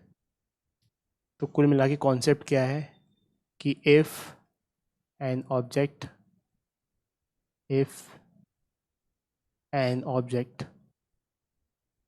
Is in equilibrium, F net zero होता है उस पर, ये बात जानते थे अपन। अब साथ में एक और चीज़ ऐड कर देना है कि टॉर्क नेट भी ज़ीरो होना चाहिए, है ना, किसी भी पॉइंट के अबाउट। टॉर्क, फोर्स तो किसी पॉइंट के अबाउट नहीं होता, लेकिन टॉर्क तो किसी पर्टिकुलर पॉइंट के अबाउट होता है। So at every, about every point ऐसा लिख दो यहाँ पे, torque about every point must be zero, then only the object will be in equilibrium. Equilibrium की कंडीशन है ये, ठीक है। तो एक सवाल सॉल्व करते हैं, उसमें आएगा समझ में कि इक्विलिब्रियम हो जाए तो क्या करना है। So write down the question, the rod shown in figure has a mass of 2 kg, and length 4 meter, in equilibrium. Find the hinge force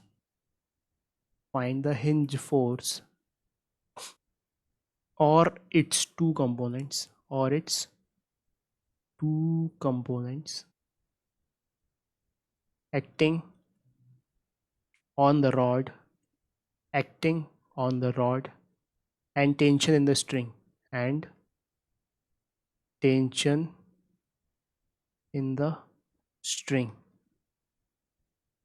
ठीक है। Take g is equals to 10 metre per second square, sine 37 की value तुम्हें पता ही है 3/5, और cos 37 की value भी पता है 4/5। तो ये डेटा यूज़ करना है हमें। तो सबसे पहले तो फिगर बनाया जाए कि फिगर कैसा दिया हुआ है।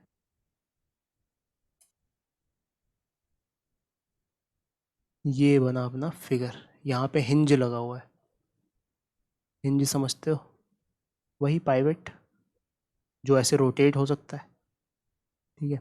और ये रॉड टंगी हुई है यहाँ पे, और एक रस्सी से बैलेंस्ड करके इक्विलिब्रियम पे है, जिसका एंगल यहाँ पे 37 डिग्री है।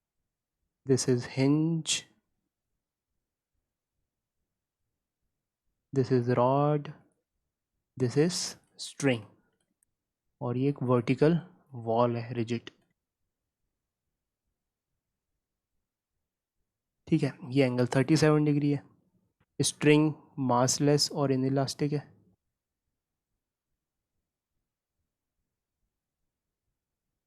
और रॉड का मास कितना है 2 किलो, ठीक है। और इसकी लेंथ 4 मीटर है, मतलब यहाँ से यहाँ तक ये 4 मीटर है। अब ज़रा सा अपन सोचते हैं कि भाई क्या चक्कर है, क्या किया जाए। तो सबसे पहले तो क्वेश्चन को पढ़ लेते हैं तो समझ में आया करना क्या है। तो उन्होंने कहा rod shown in figure, rod जो दिखाई है फिगर में, as a mass of 2 kilo and length 4 metre.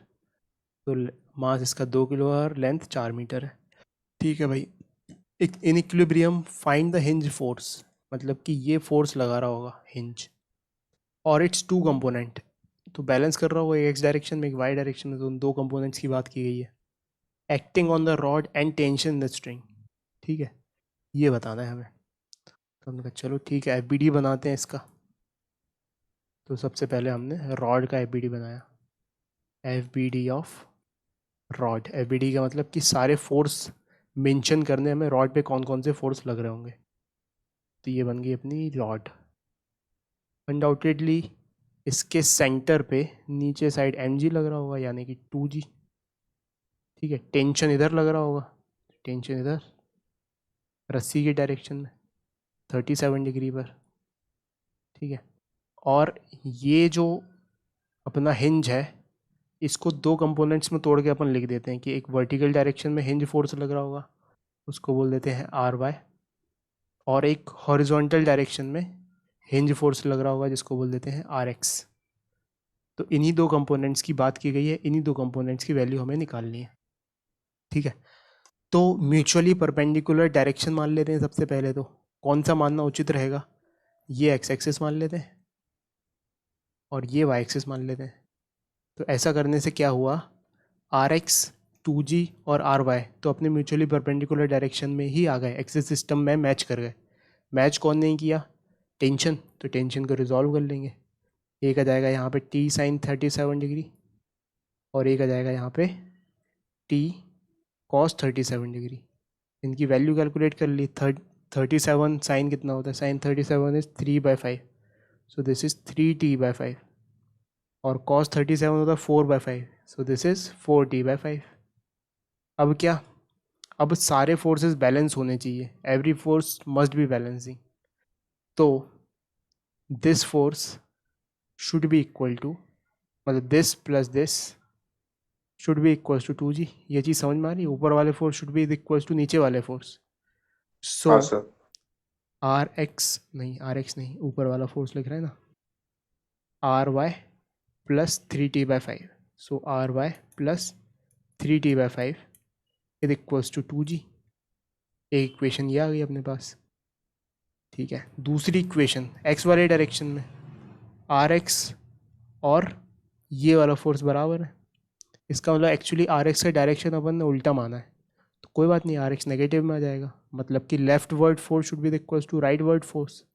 तो लेफ्ट वर्ड फोर्स क्या क्या है, RX and 4T/5, so RX plus 4T/5 is equal to 0। दो इक्वेशन बन गई अपने पास। अब इनको सॉल्व करने के लिए देखो अब ज़रा गौर से, ये वाली इक्वेशन क्या है, RY plus 3T/5 is equals to 20। तो दो इक्वेशंस है अपने पास, एक जो डब्बे में लिखी और दूसरी जो डब्बे में लिखी। कितने वेरिएबल्स हैं, एक RY वेरिएबल है, एक T वेरिएबल है, और एक RX वेरिएबल है। ठीक है, ये 4T/5 है, 4T5 नहीं है, 4T/5 है।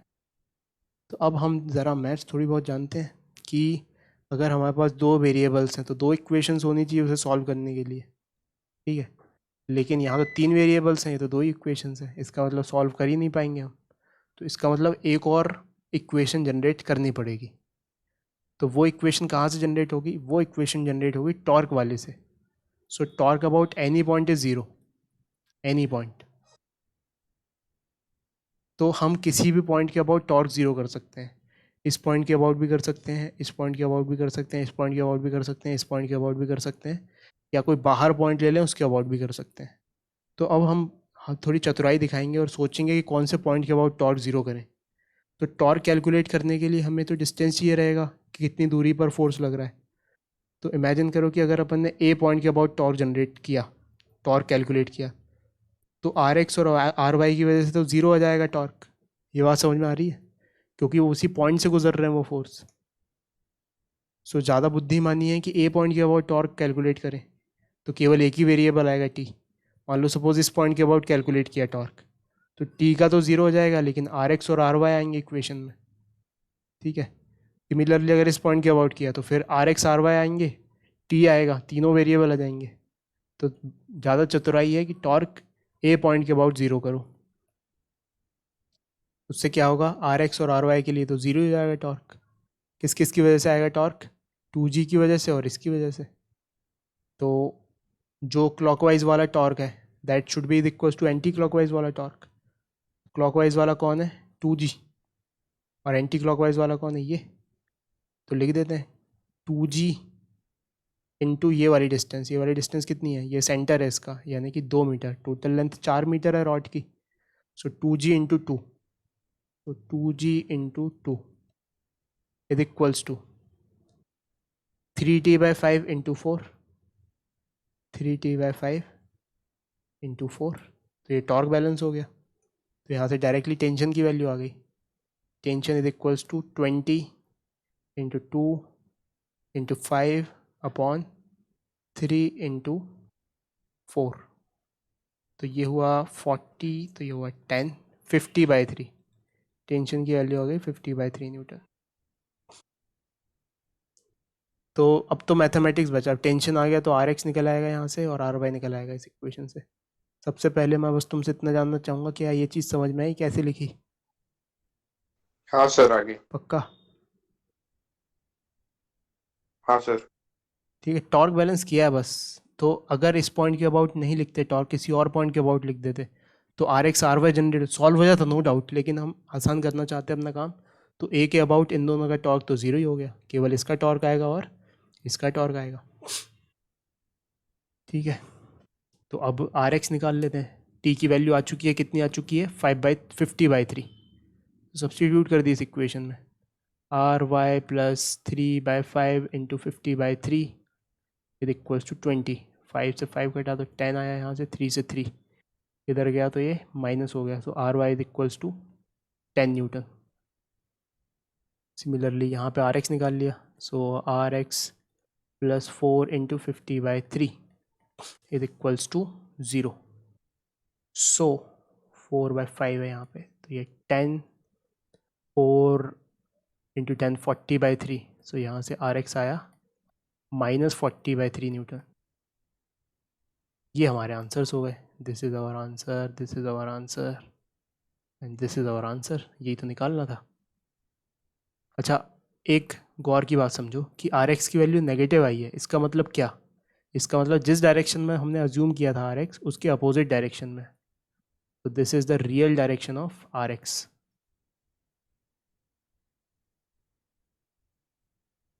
तो अगर इसको आई फिर से बना दें और केवल न्यूमेरिकल वैल्यूज़ लिखें, तो वेट तो लग रहा है 2g दैट इज़ 20 न्यूटन इधर।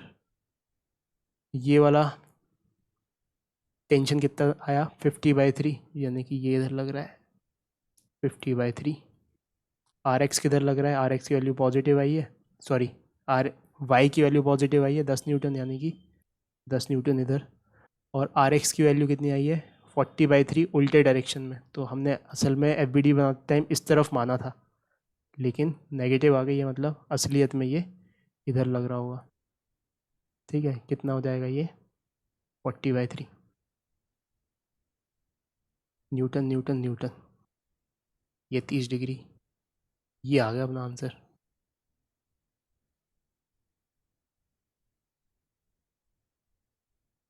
ठीक है। हाँ सर। ठीक है, अच्छा कोई बोले कि इफेक्टिव हिंज फोर्स बता दो, टोटल हिंज फोर्स। तो टोटल हिंज फोर्स तो इसको और इसको मिलके बन रहा है। सो अगर कोई बोले कि net hinge force,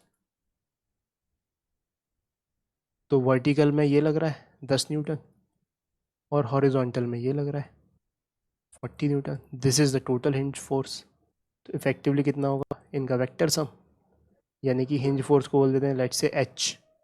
so H will be, ये 40/3 होना चाहिए। So H will be 10 square plus 40/3 square का अंडर रूट, यानी कि 100 प्लस 1600/9 का अंडर रूट। सो 900 प्लस 1600 अपॉन 9 का अंडर रूट। 900 प्लस 1600 2500 होता है, 2500 का रूट होता है 50 और 9 का रूट होता है 3, तो 50/3 न्यूटन लग जाएगा ये। ठीक है, तो ये हो गया बस, और क्या। तो इफ़ेक्टिवली हिंज फोर्स भी 50/3 न्यूटन आ रहा है और टेंशन भी 50/3 न्यूटन आ रहा है, बट अलग अलग एंगल पे है ये, है ना। तो ये कॉन्सिडेंटली हुआ, ऐसा कुछ नहीं है, इतना ही आएगा हमेशा।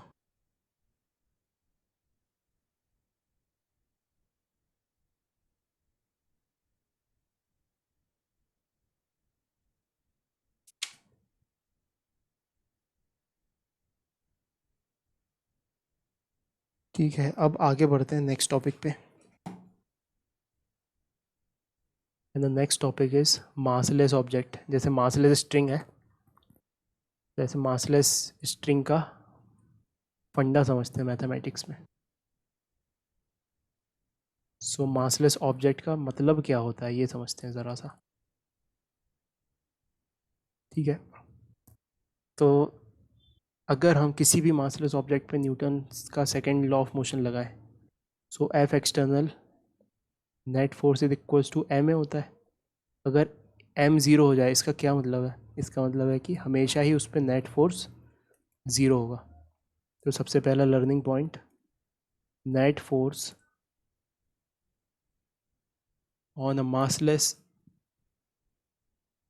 massless object is always zero, is always zero। ठीक है, अच्छा अब ज़रा गौर से देखो इसको। ये चीज़ ज़ीरो हो गई, जो हमारा सेकंड लॉ ऑफ मोशन है F net is equals to M A, उसमें ये चीज़ ज़ीरो, एम के ऊपर डंडा नहीं आएगा, एसिलरेशन के ऊपर आएगा। सो ये चीज़ ज़ीरो हो गई और ये चीज़ ज़ीरो हो गई। इसका मतलब अगर एसिलरेशन लिखेंगे तो वो एफ नेट अपॉन एम बनेगा, यानी कि 0/0 के फॉर्म का बनेगा। अच्छा, अभी हम थोड़े से बड़े हो जाएंगे मैथ्स में, तो एक कॉन्सेप्ट पढ़ेंगे कि यार कोई फ्रैक्शन अगर 0/0 के फॉर्म का है तो उसकी कुछ फाइनाइट वैल्यू हो सकती है। It can have a finite value. तो कहने का मतलब कि फोर्स भले ही ज़ीरो हो किसी मासलेस ऑब्जेक्ट पे, उसका मास ज़ीरो हो, लेकिन उसका एसिलरेशन फाइनाइट आ सकता है ना। तो यहाँ पे लिख भी लो कि दिस वी विल स्टडी इन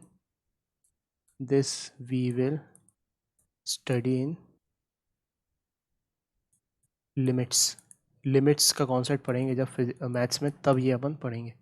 लेकिन इतनी बात तो तुम्हें याद रखनी पड़ेगी कि x/x अगर 0/0 के फॉर्म का बन रहा है तो उसकी कुछ फाइनाइट वैल्यू आ सकती है ना। बाद में पता चलेगा इन्फिनिटी/इन्फिनिटी के केस में भी ऐसे ही होता है।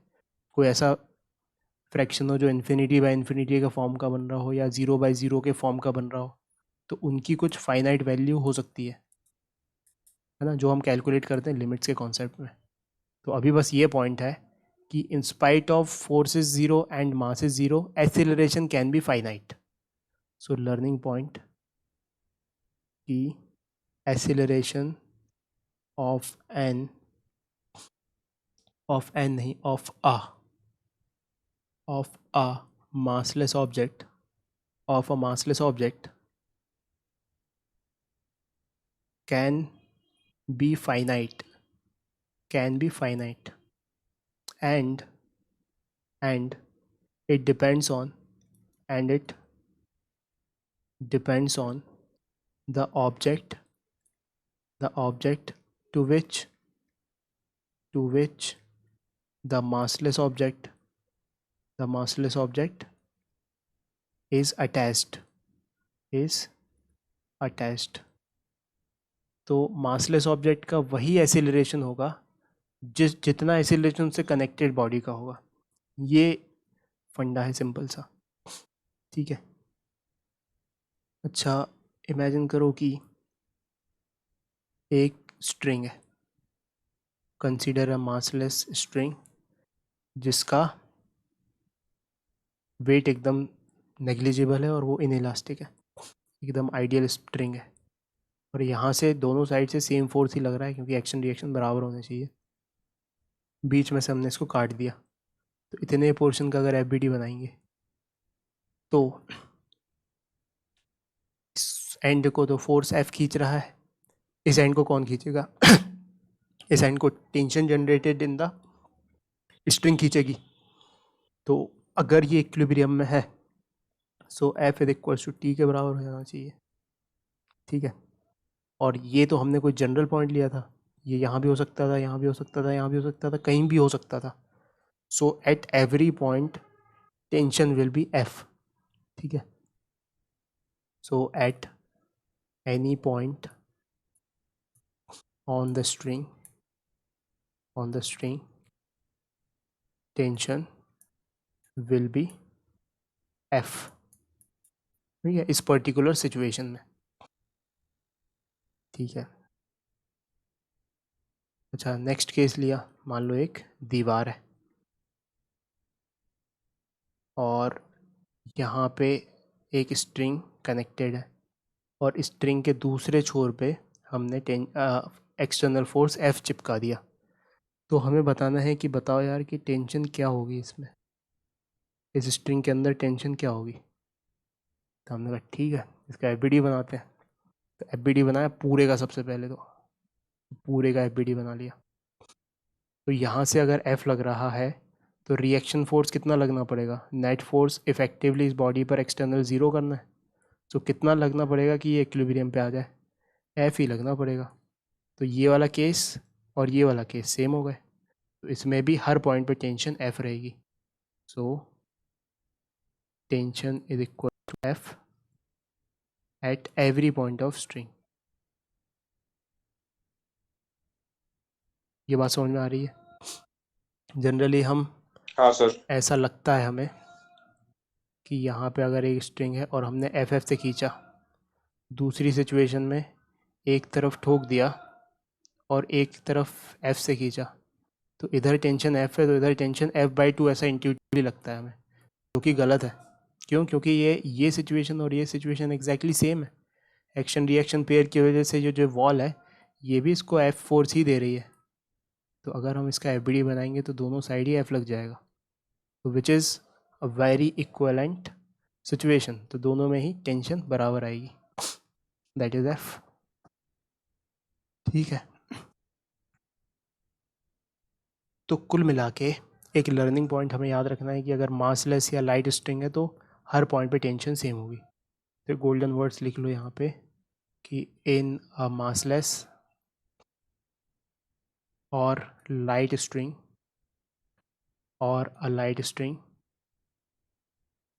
Tension at every point is same, ठीक है, ठीक है। अच्छा, ये तो ऊपर वाला सिचुएशन देखा हमने जब मासलेस थी स्ट्रिंग, है ना। अगर मास हो जाए स्ट्रिंग का सेम सिचुएशन में तो कंसीडर सेम सिचुएशन है, लेकिन अब रस्सी थोड़ी मोटी है और उसका वज़न है कुछ m मास है उसका, ठीक है। और एक तरफ से फोर्स लग रहा है F, दूसरी तरफ से भी F फोर्स लग रहा है। सो नेट एक्सीलरेशन कितना होगा इसका, 0, क्योंकि नेट फोर्स 0 है। So because F net is 0, acceleration will be 0। अच्छा, अब हम किसी भी पोर्शन का मान लो इतने पोर्शन का एफ बनाए, तो ये बनाया, ठीक है। इधर कौन सा फोर्स लग रहा है, F, और इधर कौन सा फोर्स लग रहा होगा, टेंशन। इतने पोर्शन का मास कितना है पता नहीं, हमें m डैश बोल देते हैं, ठीक है। तो एक्सीलरेशन कितना है इसका, एक्सीलरेशन 0 है, तो एक्सीलरेशन 0, तो इक्वेशन लिखते हैं F net should be equals to mass that is m dash into acceleration that is 0। So F net कितना होना चाहिए, अगर ये चीज़ 0 है तो मास कुछ भी हो चाहे F net 0 है, इसका मतलब एक्सीलरेशन 0, इसका मतलब F net 0 होना चाहिए, which terms out to be tension is equals to F। तो इस केस में भी टेंशन F के बराबर हो रही है, ठीक है। सो इसको हम लिख लेते हैं किस पॉइंट ऑफ व्यू से। ऊपर जो देखा हमने जहाँ पे लाइट स्ट्रिंग थी और यहाँ पे कुछ मास स्ट्रिंग का, तो उस पॉइंट ऑफ व्यू से लिख लेते हैं। तो लिखो in the above case, in the above case, if the string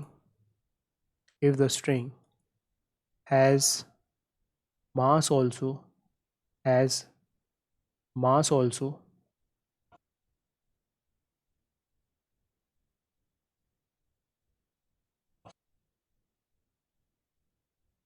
ठीक है, then tension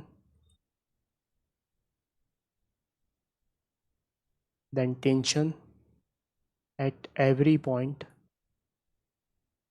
will still be the same,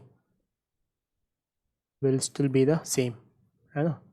क्योंकि ये m डैश हमने कुछ स्पेसिफिकली इसका आधा तो लिया नहीं है, ना तो 1/3 लिया, ना तो कुछ पर्टिकुलर फ्रैक्शन लिया है, तो कहीं भी हो सकता था m डैश। तो चाहे कहीं भी होता m डैश, ये तो ज़ीरो होना ही था, तो हमेशा ही टी एफ के बराबर आता। तो ऐसी सिचुएशन में जब एसेलरेशन नहीं है तब टेंशन हर पॉइंट पे सेम होगा in spite of having mass. So reason क्या है इसका, because acceleration is equals to zero, mass is not zero, then F net is zero. ये रीज़न का है।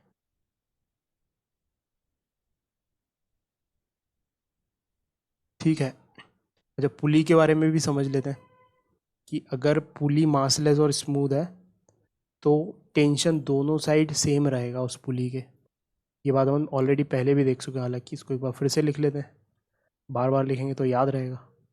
So if pulley is massless or smooth then tension in string on both sides of the pulley is same। ठीक है, तो इन सब concept को apply करने के लिए हम क्वेश्चन शुरू कर लेते हैं। तो एक सिचुएशन है कुछ ऐसी कि ये रिजिड कॉर्नर है किसी सिस्टम का और यहाँ कॉर्नर से एक पुली अटैच्ड है और इस पुली से गुजरती हुई एक रस्सी एक मास को लटका रही है। ठीक है, ये क्लैंप है, यहाँ पे क्लैंप का मतलब ठुकी हुई है ये, है ना, मूव नहीं कर सकती। पुली एकदम रेस्ट पे है with respect to this floor, पे क्लैम्प्ड है। So find tension in the string and force applied by clamp on the pulley ठीक है, ये चीज़ हमें बतानी है। The string is massless and inextensible. The string is massless and inextensible. Pulley is massless and smooth. Pulley is massless and smooth. ठीक है, तो ये इक्विलिब्रियम में है, अगर होगा ही वो, तो यहाँ से स्ट्रिंग कनेक्टेड है, कुछ मूव नहीं कर रहा, तो इक्विलिब्रियम में इसका मतलब कि नेट फोर्स 0 होना चाहिए सब पर। तो हमने सबसे पहले तो एफबीडी बनाया इस मास का, तो रस्सी में सबसे पहले मान लेते हैं कि यार टेंशन टी है हर जगह, यहाँ टी है तो यहाँ भी टी होगा, यहाँ टी और यहाँ टी, दोनों पुली के साइड टी क्यों है, क्योंकि पुली मासलेस और स्मूथ है। ठीक है, अगर स्मूथ नहीं होती तो फिर पुली का कुछ ना, पुली की वजह से ये टेंशन और इस टेंशन में दोनों साइड बदलाव हो जाता, लेकिन नहीं, बराबर है, ठीक है। और लाइट है स्ट्रिंग, इस वजह से हर पॉइंट पे सेम है। अच्छा, ऊपर वाली सिचुएशन से देखा कि एक्सीलरेशन तो ज़ीरो है पुली का, तो अगर इसमें केस में स्ट्रिंग का मास भी होता तब भी टेंशन सेम होती है हर जगह। सो अभी तो लाइट ही माना है, कोई दिक्कत नहीं है। So F B D of M बनाते हैं। यहाँ पे एम बनाया, इसको नीचे खींच रही है धरती, कितने फोर्स से, एम जी के फोर्स से। ऊपर खींच रही है रस्सी टेंशन टी से, ये इक्विलिब्रियम में, तो टेंशन की वैल्यू कितनी हो गई, एम जी, ठीक है। अब क्लैंप पे कितना फोर्स लग रहा है ये कैसे पता चलेगा, क्लैंप का एफ बी डी बनाते हैं। सो ये क्लैंप है और क्लैंप से अटैच्ड पुली है, पुली पे एक टेंशन इधर लग रहा है और एक टेंशन इधर लग रहा है, और कोई तो फोर्स नहीं लग रहा है इस क्लैंप पे। तो इसका मतलब इस क्लैंप को ही बैलेंस कर रहा होगा ये दोनों फोर्स मिलके, ठीक है। तो इन दोनों का जो भी आएगा वही रिएक्शन लग रहा होगा इस क्लैंप का, इन दोनों का जो भी इक्विवेलेंट आएगा वही रिएक्शन ऑफ क्लैंप लग रहा होगा। क्या ये बात समझ में आ रही है? उसको आर क्लैंप बोल देते हैं। तो टेंशन की वैल्यू आ चुकी है हमारे हाँ सर। पास, कितनी है वो, एम जी, ये भी एम जी होगा। तो कुल मिला के टेंशन इफेक्टिवली एम जी मिल के रूट टू एम जी बन रहा होगा, और उसको ही बैलेंस कर रहा होगा अपना R clamp. So what is the reaction force because of clamp is root 2 mg. So reaction force of clamp is root 2 mg. ये आंसर हो गया, आया समझ में? हाँ सर, आ गया। ठीक है, अब इसी क्वेश्चन का एक एक्सटेंशन देखते हैं। इस क्वेश्चन के एक्सटेंशन में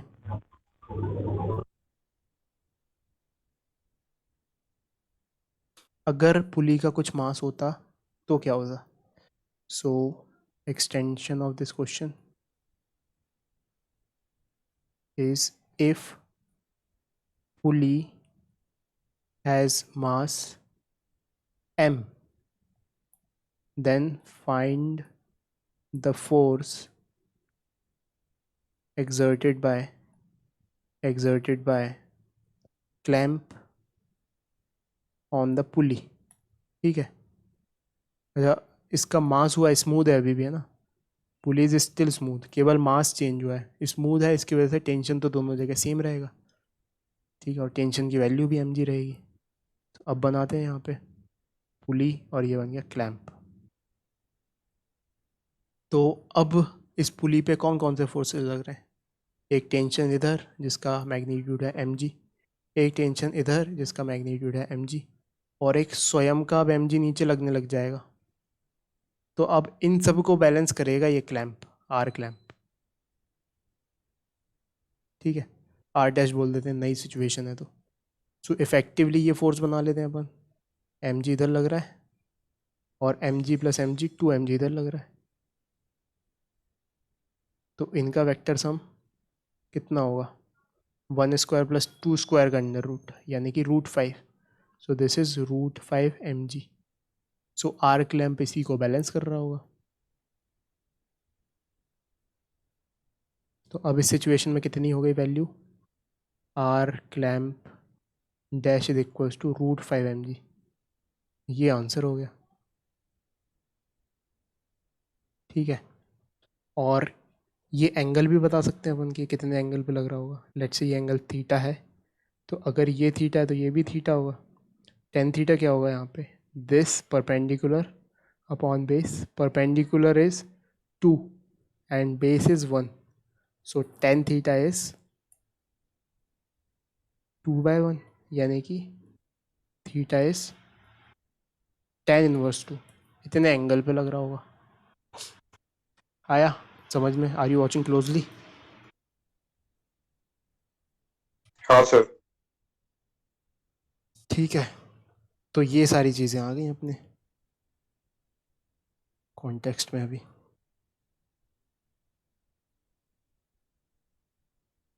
अच्छा ये बताओ प्रोजेक्टाइल का टेस्ट किस किस ने नहीं दिया है? नविंद्र और अक्षत में से। नवीन ने तो दिया, उसका प्रोजेक्टाइल का स्कोर आ सर गया दे था। दिया। दोनों का ही आ गया था। तुम्हारे कौन कौन से टेस्ट बचे हैं, कुछ हिसाब है तुम लोगों को? सर क्या? कोई कोई नहीं टेस्ट सर, मेरा तो एक भी नहीं बचा जहाँ तक मेरे को याद है। बस मैंने तो कल सारे आज का है। क्वाड्रेटिक बचा trigonometry। हुआ है अक्षत? नहीं सर, दे दिया था मैंने आपको, अच्छा हाँ याद है। ठीक है, हाँ ठीक है, दे दिया था, याद आ गया। मेरे सारे हैं सर। हम्म, चलो ठीक है, अभी शाम की तैयारी करो टेस्ट की, ट्रिग्नोमेट्री का टेस्ट है। Bye bye. ट्रिग्नो का। Bye sir. सर मैं भी दे सकता हूँ टेस्ट? निखिल